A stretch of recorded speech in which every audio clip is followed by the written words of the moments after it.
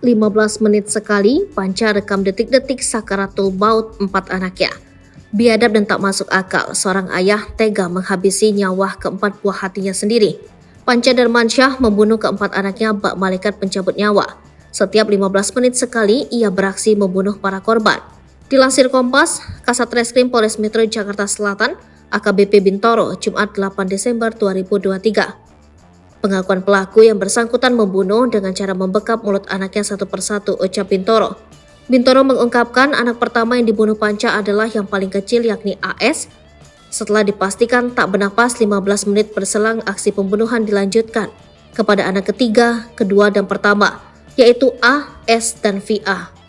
Yang terakhir dibunuh adalah anak tertua yang berusia 6 tahun. Jadi tersangka melakukan pembunuhan dengan jarak 15 menit, jelas Bintoro. Adapun waktu pembunuhan dilakukan pada Minggu 3 Desember 2023 di rumah kontrakan tersangka.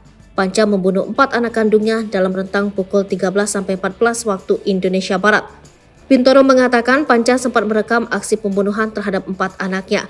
Rekaman pembunuhan itu menjadi salah satu alat bukti untuk polisi menetapkan Panca sebagai tersangka atas pembunuhan keempat anaknya.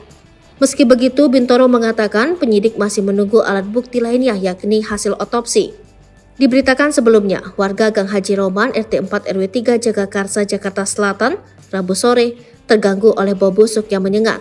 Setelah ditelusuri, bau berasal dari sebuah rumah kontrakan yang dihuni pasangan suami istri bernama Panca Darmansyah dan D beserta anak-anaknya.